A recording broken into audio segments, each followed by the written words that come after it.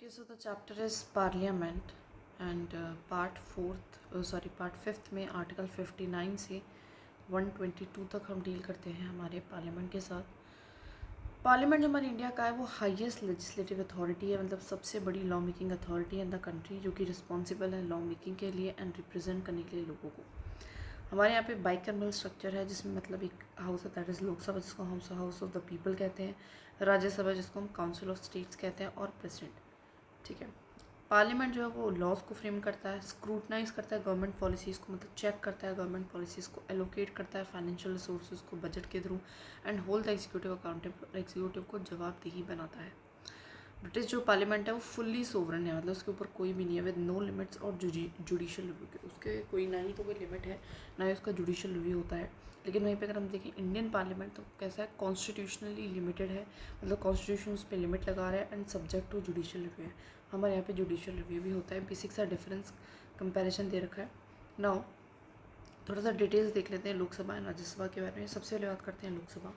लोकसभा की अगर कंपोजिशन की बात करें तो हमारे यहाँ पे जो मैक्सिमम स्ट्रेंथ है वो 550 है, जिसमें से 20 हमारी यूनियन टेरिटरीज़ में से आते हैं। ठीक है, और पहले बेसिकली दो हमारे जो लोग हैं वो एंग्लो इंडियंस जिनको हम कहते हैं वो नॉमिनेटेड होते थे, but by the 104th amendment हटा दिया गया है प्रोविजन। करंट स्ट्रेंथ ऐसा सच हमें जानने की ज़रूरत नहीं है, सो जस्ट फोकस की मैक्सिमम स्ट्रेंथ 1550 है, 20 फ्रॉम यूटी, बस दैट इज़ इट। ना बात करते हैं सिस्टम ऑफ इलेक्शन का, किस तरीके से इलेक्शन होता है यहाँ पे, जो लोग यहाँ पे आके बैठते हैं। सो मेंबर्स जो हमारे डायरेक्टली इलेक्ट होते हैं by the citizen of India through general elections in constituencies across the countries. तो बेसिकली पूरी कंट्री को हम अलग अलग कॉन्स्टिट्यूंसीज में बांटते हैं और हर एक कॉन्स्टिट्यूंसी से एक पर्सन जो है वो चुन के आता है, जिसको भी मैक्सिमम वोट मिलती है उस कॉन्स्टिट्यूंसी में। सो सिस्टम हमारे यहाँ पे जो इलेक्शन है वो क्या फॉलो करता है, that is first pass the post system. इसका मतलब है जो भी कैंडिडेट जिसको वोट मिलेगी, मोस्ट वोट्स मिलेगी, वो विन कर जाएगा। मतलब मेजोरिटी का और कंसेप्ट नहीं है कि 50% ही मिलनी चाहिए। ऑल्दो गवर्नमेंट बनाने के लिए ऐसा होता है, बट अगर एक कॉन्स्टिट्यूंसी से अगर किसी को जिताना है, ठीक है, जैसे कि समझ ली कॉन्स्टिट्यूंसी से 10 लोग खड़े हुए, किसी को 1 मिली, किसी को 2 मिली, ठीक है 10 लोग सीट, हाँ ये में वोट है, चलो 10-20 लगाते, किसी को 30 मिली, किसी को मिल गई 50 और किसी को मिल गई 40, तो मैक्सिमम जिसके पास है यहाँ पे ये मैटर नहीं करता है कि जो वोट आई है उसको मेजॉरिटी मिली या नहीं। अगर कॉन्स्टिट्यूंसी से बात करें, एक कॉन्स्टिट्यूंसी से जिसके पास भी मैक्सिमम वोट आती है ना, वो उसको कहते हैं first pass the post system. ठीक है, नाउ ड्यूरेशन कितने साल के लिए होता है, तो जनरली जो उनका फिक्स टर्म होता है दैट इज़ 5 साल होता है, अनलेस मतलब लेकिन कंडीशन ये है कि अगर डिज़ोल्व कर दिया जाए सूनर बाय द प्रेसिडेंट तो फिर वो पहले भी डिज़ोल्व हो सकती है, ऑटोमेटिकली डिज़ोल्व हो जाती है आफ्टर द 5 years और अर्लियर अपॉन गवर्नमेंट की एडवाइस पे। ठीक है, तो जनरली 5 साल होता है, बट पहले भी हो सकती है।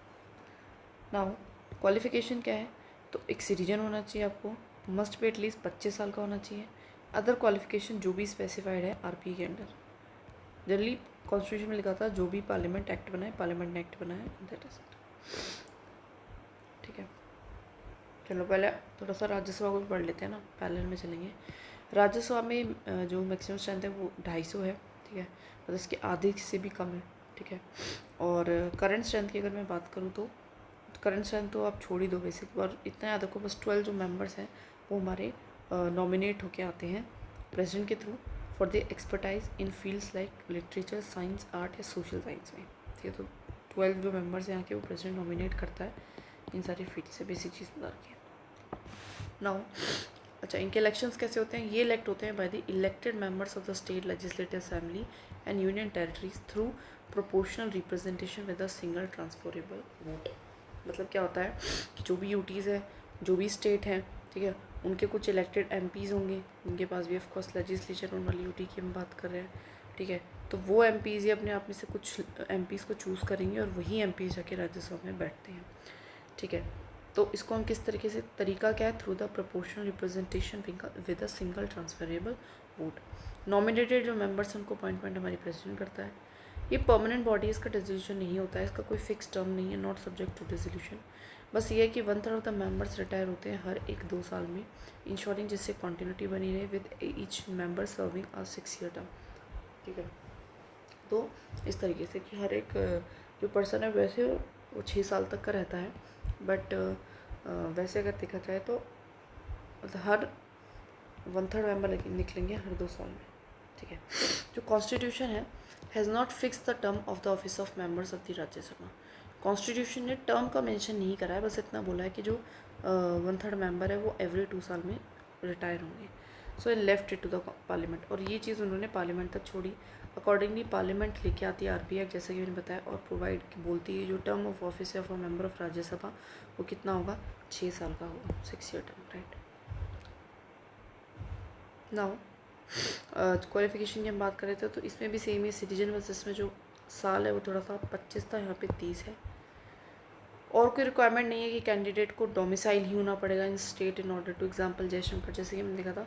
इसका मतलब क्या है कि आपको वहीं का रहना हुआ, जैसे कि आप किसी स्टेट से आप किसी को नॉमिनेट करा के भेजते हो, ठीक है, राज्यसभा में एज एन एमपी, तो ज़रूरी नहीं है वो उस स्टेट का ही हो, ठीक है। सो अदर क्वालिफिकेशन जो भी हमारे आरपीए में हो, ठीक है। नाउ डिस्क्वालिफिकेशन देख लेते हैं, दोनों की सेम ही है। डिस्क्वालीफाइड अंडर द कंडीशंस जो कि 102 आर्टिकल में लिखी हुई हैं कॉन्स्टिट्यूशन में, जो कि कहते हैं कि कोई ऑफिस ऑफ प्रॉफिट ना होल्ड करे, अनसाउंड माइंड का ना हो, अनडिस्चार्ज इंसॉल्वेंट ना हो, वॉलंटरी एक्वायर ना कर दे, फॉरेन की सिटीजनशिप की खुद सिटीजन नहीं रहेगा, एंटी डिफेक्शन लॉ।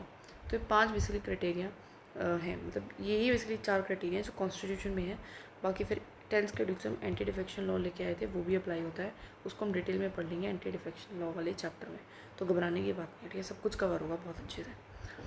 यहाँ की जो डिस्क्वालिफिकेशन है वो सेम है, 102 article, office of profit, foreign citizenship, insolvency, unsound mind. उसके अलावा एंटी डिफेक्शन लॉ वो भी अप्लाई करता है, ठीक है। एडिशनल डिस्क्वालिफिकेशन जो भी आरपीए बताए सेम यहाँ पे भी। ओके, सो नाउ अब पार्लियामेंट हमारा एक दैट इज़ एक्ट लेके आया है जिसको हम कहते हैं आरपीए, ठीक है, that is representation of people act 1951 में, और वो भी कुछ डिस्क्वालिफिकेशन के क्राइटेरियाज बताता है जो कि ऑल्सो एप्लीकेबल है स्टेट लेजिस्लेटर्स पे, मतलब एमपीज।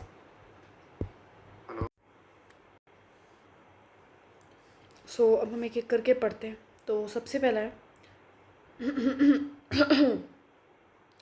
कि अगर वो गिल्टी मिलते हैं, कोई भी उन्होंने इलेक्शन ऑफेंस करा है या फिर कोई करप्ट प्रैक्टिसेस करी इलेक्शन में, मोटा मोटा याद करते हैं, इलेक्शन ऑफेंसेस या corrupt practices in the elections, तो वो डिस्क्वालीफाई हो जाएंगे। अगर उन्होंने कुछ भी ऐसा क्राइम करा कि उनको इम्प्रिजमेंट होती है 2 या 2 से अधिक साल की, ठीक है, बट द डिटेंशन, पर ध्यान रखने वाली बात है कि डिटेंशन जो है वो डिस्क्वालिफिकेशन नहीं है, सिर्फ आपको प्रॉपर 2 साल की जेल हो, सज़ा मिले अधिक साल की, तो आप पे लिखता है। या फिर उन्होंने इलेक्शन एक्सपेंसेस पे ना करे हो टाइम के साथ, या फिर उनका इंटरेस्ट रहा हो किसी भी गवर्नमेंट कॉन्ट्रैक्ट वर्क या सर्विस में जिससे उनको बेनिफिट मिले, या फिर उन्होंने कोई ऑफिस ऑफ प्रॉफिट किया हो किसी कॉरपोरेशन में, बेसिक चीज़ है जहाँ पे एटलीस्ट गवर्नमेंट का जो शेयर है वहाँ पे दैट इज़ 25% होना चाहिए, ठीक है।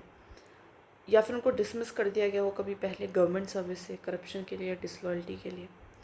On the question whether a member is subject to any of the above disqualification, और अगर अभी सारे तो क्या हैं, दिस ऑल और द क्राइटेरियाज हैं, और इनमें से अब कौन डिसाइड करेगा, तो अबव डिस्क्वालिफिकेशन को डिसाइड कौन करता है, ठीक है, तो हमारा प्रेसिडेंट करता है, स्टेट के केस में गवर्नर करता है, और उनका डिसीजन फाइनल होता है। लेकिन ध्यान रखने वाली बात है कि उनको हमेशा ऑब्टेन करना पड़ेगा opinion of the election commission, and उसी के अकॉर्डिंग जो है उनको एक्ट करना पड़ेगा, need to act accordingly. Basic चीज़ आप आगे देखें, पार्लियामेंट जो है वो प्रिवेंशन ऑफ डिस्क्वालिफिकेशन एक्ट लेके आता है, वो एग्जेम्प्ट करता है लेकिन बहुत सारी पोस्ट को from the disqualification on the grounds of office of profit. ये बेसिक चीज़ है ना, एक्सेप्शंस हर चीज़ में होती ही हैं, तो इस चीज़ को थोड़ा सा देख लेना। नाउ क्या तरीके हैं, the ways in which seat जो है उनको आप विकेट कर सकते हो इन the Lok Sabha and the in the Lok Sabha and the Rajya Sabha में। सबसे पहले है रेजिग्नेशन, कि जो मेंबर है वो चाहे तो अपनी सीट को त्याग सकता है, खुद से रिज़ाइन कर सकता है from the seat by submitting a written resignation. किसको देगा, that is to the speaker या चेयरमैन को देगा। हाउएवर ध्यान रखने वाली बात यह है कि speaker and chairman may not accept the resignation if he satisfy that it is not voluntary और जेन्युइन। अगर उनको लगता है कि वो चीज़ सही है, सही में रेजिग्नेशन देना सही नहीं है, फिर वो अपनी इच्छा से नहीं किसी के दबाव में दे रहे हैं, तो वो रेजिग्नेशन को क्या है, कबूल नहीं करते हैं। एब्सेंस फ्रॉम सेशंस, वो कहते हैं कि अगर आप कोई भी मेंबर जो है वो एब्सेंट होता है from all the sittings for 60 consecutive, मतलब लगातार आप 60 दिन जो है वो आ ही नहीं रहे हो, वो भी without the permission of the house, तो उनकी जो सीट है उसको भी डिक्लेयर किया जा सकता है वैकेंट। अच्छा, ध्यान रखने वाली बात है कि मे बी डिक्लेयर है ना, ऐसा कंपलसरी नहीं है, इसमें भी मे नॉट था, है ना। डिस्क्वालिफिकेशन की बात करें तो मेंबर्स जो भी डिस्क्वालीफाइड होते हैं अंडर द आर्टिकल 102 उनको भी किया जा सकता है। डेथ हो सकती है, बाकी इन केस ऑफ मेंबर की डेथ हो जाए तो सीट ऑटोमेटिकली वैकेंट हो ही जाएगी। तो ये कुछ और तरीके हैं, that is resignation, absence, disqualification, death. Now double membership, ये भी एक और तरीका है। वो कहता है डबल मेंबरशिप का मतलब है कि आप 2 हाउसेज में या 2 सीट पे जो है आप मेंबर बन जाओ। तो कहते हैं a person can not be a member of both the houses of parliament और of a parliament and a state legislature simultaneously. इसका मतलब है कि 2 हाउस है, राज्यसभा लोकसभा, तो ऐसा नहीं आप दोनों के मेंबर हो, या फिर आप पार्लियामेंट में भी हो किसी हाउस के और साथ में लेजिस्लेचर असेंबली मतलब स्टेट में भी असेंबली में हो, तो ऐसा भी नहीं हो सकता है। If elected to both houses, अगर आप 2 हाउसेज पे चुन के जाते हो तो आपको विकेट करनी पड़ेगी कम से कम एक सीट विद इन 10 दिन के अंदर अंदर। मतलब 2 हाउसेज मतलब यहाँ पे पार्लियामेंट की बात की जाती है, राज्यसभा एंड लोकसभा में आप चले गए, दोनों पे आपका जो है आप चूज़ हो चुके हो, लेकिन आपको विकेट तो करनी पड़ेगी एक सीट विद इन 10 डेज़ के अंदर, और जो राज्यसभा की सीट है वो हमारी जो है वो वेकेंट हो जाएगी, खाली हो जाएगी आप अपने आप ही, ठीक है, ऑटोमेटिकली हो जाएगी। नाउ अगर वो सिटिंग मेंबर है एक हाउस का और वो दूसरे में इलेक्ट हो जाता है ना, राज्यसभा का था लोकसभा में हो गया, तो दे मस्ट चूज़ और his seat in the first house become vacant, तो उसको चूज़ करना पड़ेगा कि यहीं रहना है वहाँ रहना है, वरना पहले वाली की चली जाएगी।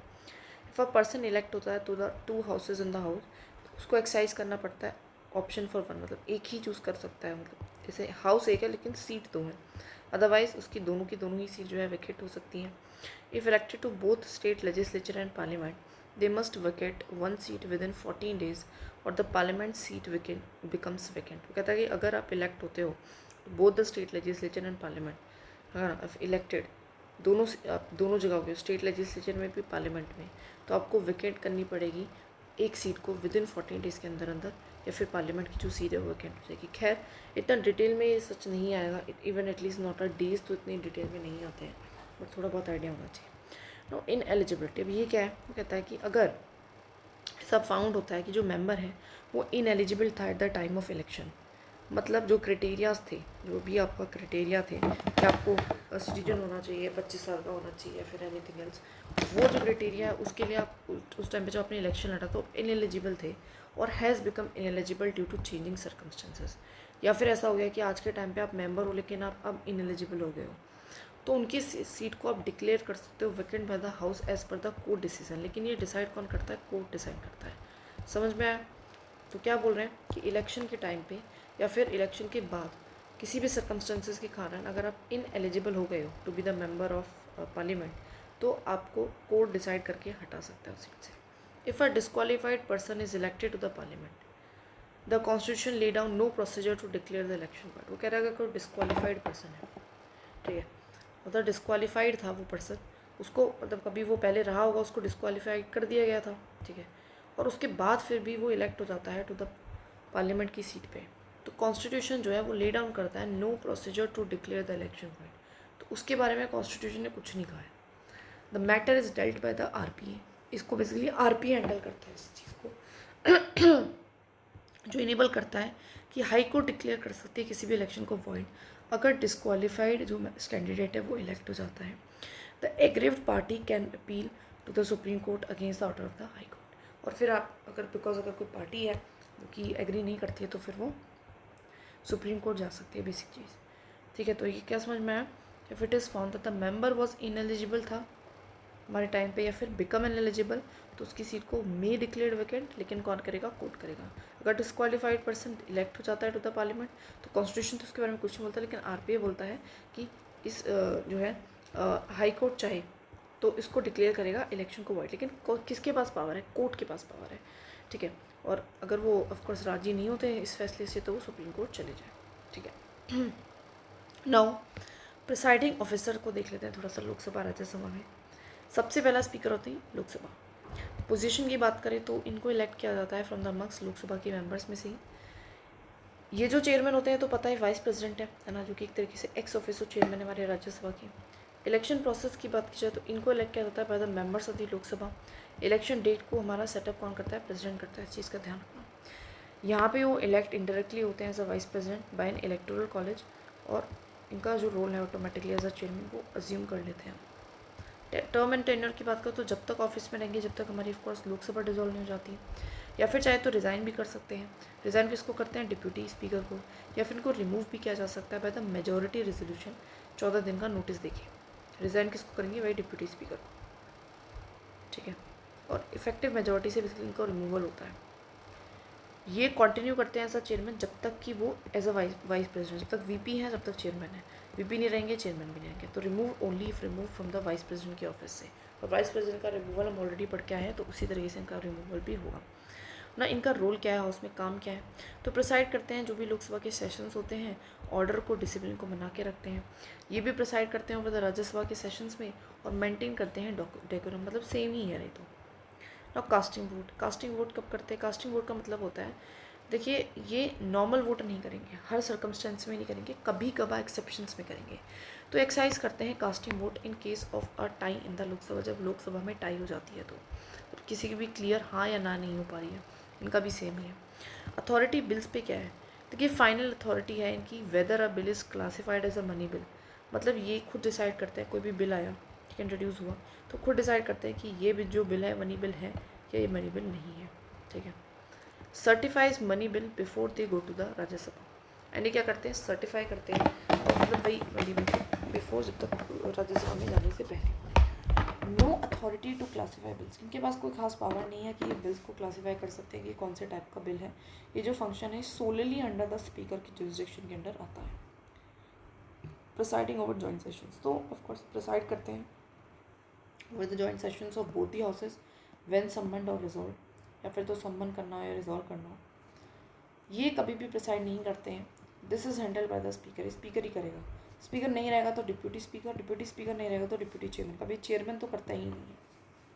नाउ एंटी डिफेक्शन रूलिंग्स, जैसे कि बताया था कि एंटी डिफेक्शन के तहत अगर कोई डिस्क्वालीफाई होता है तो उसको कौन डिसाइड करता था? Presiding officer.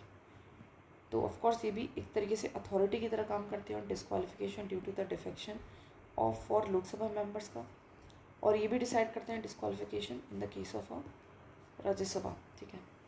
क्वरम की ध्यान रखें तो ये चाहे तो एडजर्न कर सकते हैं या सस्पेंड कर सकते हैं सेशंस को अगर क्वरम मीट नहीं होता है। और क्वरम क्या होता है? That is 1/10 of the house की स्ट्रेंथ। जैसे कि अगर 100 लोगों की स्ट्रेंथ है तो एटलीस्ट 10 लोग तो होने चाहिए ना कार्रवाई को शुरू करने के लिए, डिस्कशंस को शुरू करने के लिए, डिसीजंस को लेने के लिए। इनके पास भी सेम पावर है कि ये भी क्या कर सकते हैं? एडजर्न या सस्पेंड कर सकते हैं अगर क्वरम नहीं होता है। बेसिक चीज़ें, सिमिलर चीज़ें हैं। पोजीशंस क्या है कमिटीज़ में? ये चेयर करते हैं हमारी बिजनेस एडवाइजरी कमेटी को, रूल्स कमेटी को, जनरल पर्पस कमेटी को, एंड अपॉइंट करते हैं हमारे चेयरमैन ऑफ अदर कमेटीज़ के भी चेयरमैन को अपॉइंट करते हैं। तो business, rules and general purpose, जिसको हम BGR कहते हैं, इनको ही बेसिकली रूल करते हैं। चेयरमैन जो है डज नॉट हेड राज्यसभा की कमेटीज़ को नहीं करते हैं, बट हाँ ये सुपरवाइज करते हैं कमेटी की अपॉइंटमेंट्स को। मतलब अपॉइंटमेंट तो करवाते हैं चेयरमैन वगैरह की, मेंबर्स की, लेकिन ये खुद किसी के भी चेयरमैन या कहीं तो नहीं होते हैं। क्यों नहीं होते हैं? बिल्कुल सिंपल सी बात है, ही इज़ अ VP ना, फिर वाइस प्रेसिडेंट है। Vice president second highest constitution post है। नाउ इंडिपेंडेंस, देखो जो भी डिसीजंस लिए जाते हैं हाउस कंडक्ट एंड प्रोसीजर्स, वो इम्यून है, मतलब जो भी वो डिसीजन लेंगे एज अ हाउस में अपना काम करते हुए, तो वो इम्यून है फ्रॉम द जुडिशियल रिव्यू, तो उन पर कोई जुडिशियल रिव्यू नहीं होता है। इनकी सैलरी भी चार्ज होती है कंसोलिडेटेड फंड ऑफ इंडिया पे, ठीक है। साथ में कंसोलिडेटेड फंड ऑफ इंडिया पे चार्ज होने का मतलब है कि इस पर कोई भी वोट नहीं होती है। मतलब क्या है कि डायरेक्टली इस पर कोई भी वोट नहीं होगी, ठीक है। Now work and conduct can not be discuss and criticise in the Lok Sabha except on the substantive motion.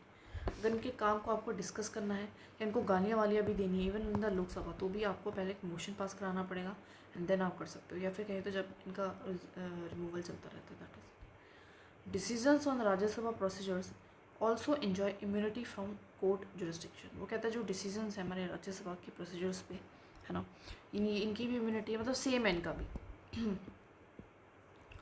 Now role in removal motion क्या है? इनका ये प्रिसाइड नहीं करते हैं for resolution for his removal is being discuss, ठीक है। मतलब ये जब अगर इनका रिमूवल मोशन चल रहा है तो ये खुद प्रिसाइड नहीं करेंगे उस टाइम पे, बट पार्टिसिपेट कर सकते हैं और वोट भी कर सकते हैं, ठीक है। फर्स्ट इंस्टेंस, फर्स्ट मतलब जैसे कि बाकी MPs कर रहे हैं तो वो भी कर सकते हैं।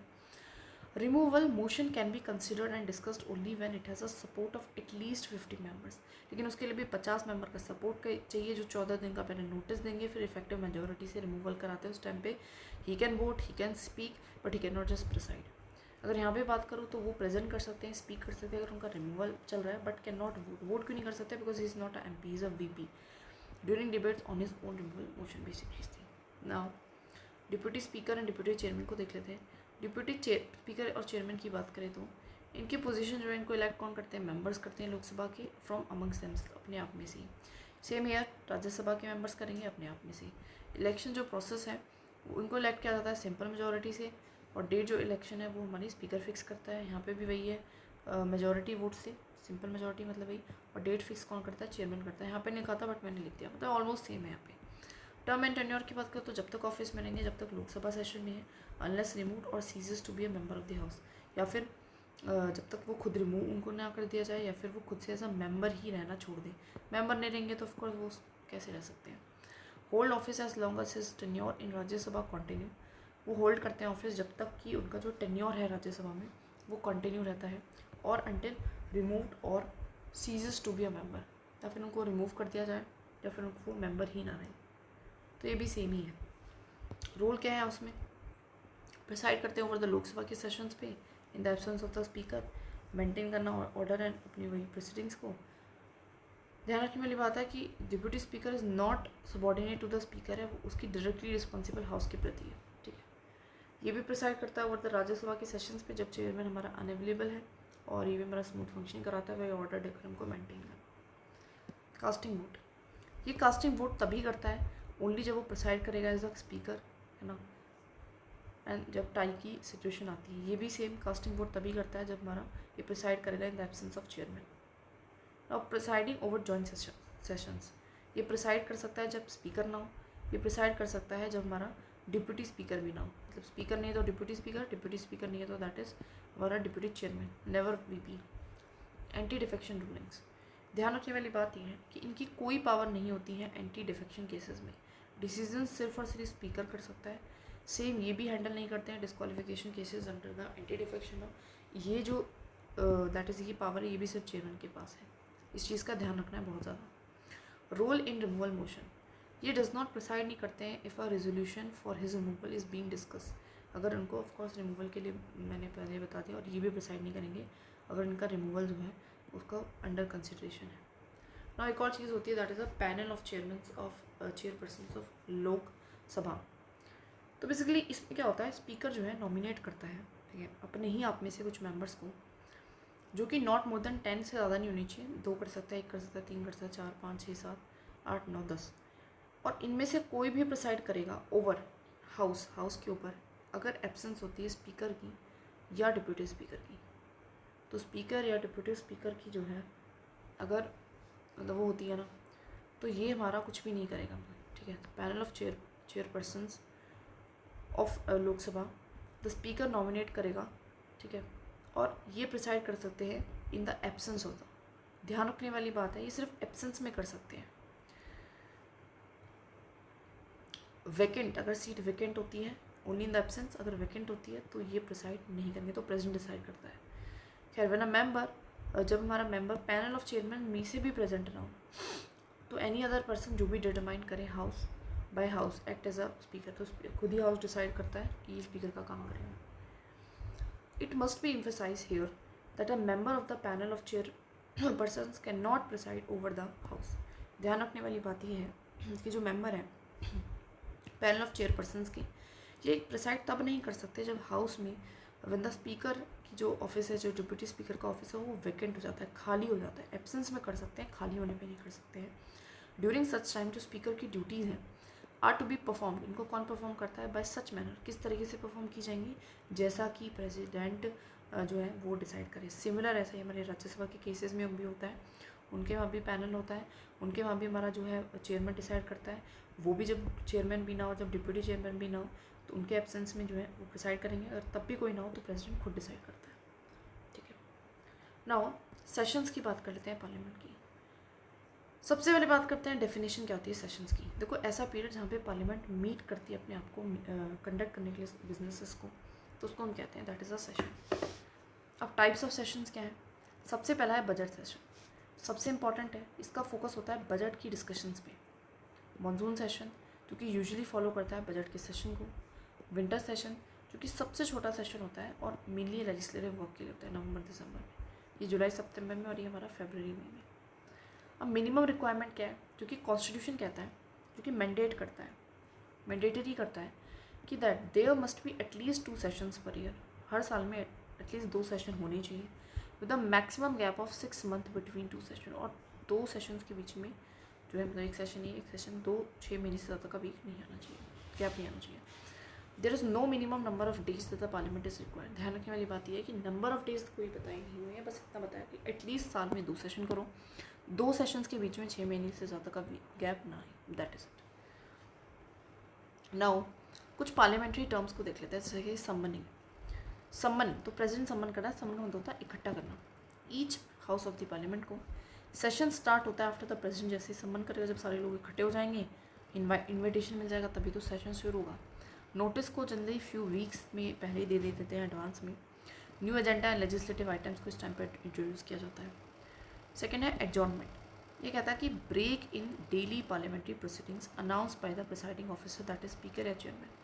वो कहता है जो ब्रेक मतलब ब्रेक दी जाती है, जैसे सेशन चल रहा है तो ऐसा नहीं है पूरा दिन रात चलता ही रहेगा, उसके बीच में कभी ब्रेक की भी ज़रूरत पड़ेगी, तो वो ब्रेक दी जाती है by the presiding officer speaker या चेयरमैन।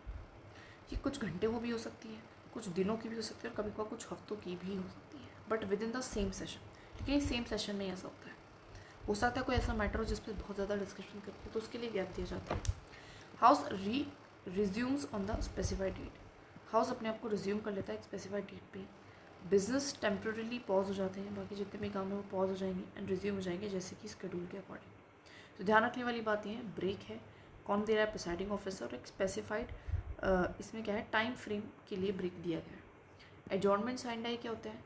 देखिए इसको लेटन for adjourn without assigning a day, इसको इसका मतलब है कि हमने एडजॉर्न कर दिया, ब्रेक दे दिया, लेकिन कोई असाइन नहीं करा किसी डे को कब वापस मिलेंगे। हाउस तो एडजॉर्न कर लिया इनडेफिनेटली, कोई टाइम ही नहीं दिया, with no date set for resumption. Called ये भी प्रिसाइडिंग ऑफिसर करता है। An offer happen near the end of the session, और जनरली तब होता है जब सेशन हमारा खत्म होने वाला होता है। Suspend all the further meetings until the next summon और प्रोरोगेशन, और सस्पेंड कर देता है जितनी भी फर्दर मीटिंग्स हैं अंटिल द नेक्स्ट समन या कहीं तो प्रोरोगेशन तक ये ख़त्म कर देता है, सस्पेंड कर देता है मतलब। प्रोरोगेशन, प्रोरोगेशन क्या है? फॉर्मल टर्मिनेशन है सेशन की जो कि प्रेसिडेंट करता है, और ये यूजुअली होता है आफ्टर द जब हाउस को एडजर्न साइन डाई कर दिया जाता है। जितने भी पेंडिंग बिजनेस है that is except the bills, ध्यान रखने वाली बात है बिल्स के अलावा जो मतलब मोशंस हैं वगैरह है, मोशंस हैं, रेजोल्यूशंस हैं, वो लैप्स कर जाते हैं। लैप्स का मतलब है कि वो ख़त्म हो जाते हैं अपने आप में, बट जो अनफिनिश्ड बिल्स हैं, जो कमेटी का वर्क है, वो कंटिन्यू होता है नेक्स्ट सेशन तक। ये हम एक ही सेशन में रह रहे हैं, अभी रिजोल्यूशन नहीं हुआ है ना, तो जब सेशन खत्म हुआ है तो उसका क्या इम्पैक्ट आएगा रेजोल्यूशन मोशन पे, दैट इज़ ऑफकोर्स वो तो खत्म हो जाएंगे, लेकिन जो बिल है, कम्युनिटी वर्क है, वो चलता रहेगा। Conducted under the president authority, ये कंडक्ट होते हैं प्रेसिडेंट अथॉरिटी के अंदर, ऐसा होता है based on the government advice, लेकिन प्रेसिडेंट खुद ही कर देता है नहीं, गवर्नमेंट उनको एडवाइस करती है। पेंडिंग बिजनेस कैरिड ओवर, जो पेंडिंग बिजनेसेस हैं वो आगे चलते हैं। No further meetings until the next session, बाकी कोई मीटिंग्स वगैरह नहीं होती। हाउएवर जो प्रेसिडेंट है can also prorogue the house while in the session. ध्यान रखने वाली बात यह है कि प्रेसिडेंट के पास ये भी पावर है कि जैसे कि सेशन में था हाउस और उसके बीच में ना कोई अर्जेंट साइन डाई नहीं लगा हुआ था, उसके बीच में भी वो कह सकता है कि चलो भाई अपने घर निकलो। डिसोल्यूशन, ये अप्लाई करता है only to the Lok Sabha, because जो राज्यसभा है वो तो परमानेंट बॉडी है ही नहीं। और डिसोल्यूशन का मतलब क्या है कि मतलब जो भी सेशन, जो भी लोग चुन के आए हैं, अब ये एज अ MP रहना बंद कर देंगे। जो टेन्योर है तो ये कब होता है जब and the tenure of the current Lok Sabha either by, तो किस तरीके से टेन्योर खत्म हो सकता है? ऑटोमेटिक डिसोल्यूशन, कंप्लीशन ऑफ 5 साल की टर्म का, या pre mature dissolution that is done by the president on the prime minister की एडवाइस पे। ठीक है, ऑटोमेटिक हो सकता है या फिर प्री मेच्योर जब हमारे प्रेसिडेंट खुद से कर दें। दैट इज़ इट, बिकॉज ये चैप्टर काफ़ी बड़ा है, सो आई थिंक इसको अलग अलग तरीके से 30 मिनट की वीडियोस में कवर करना अच्छा है, अच्छे से डिटेल से बहुत तरीके से समझ के करना पड़ेगा। Okay, so be consistent and you can do this.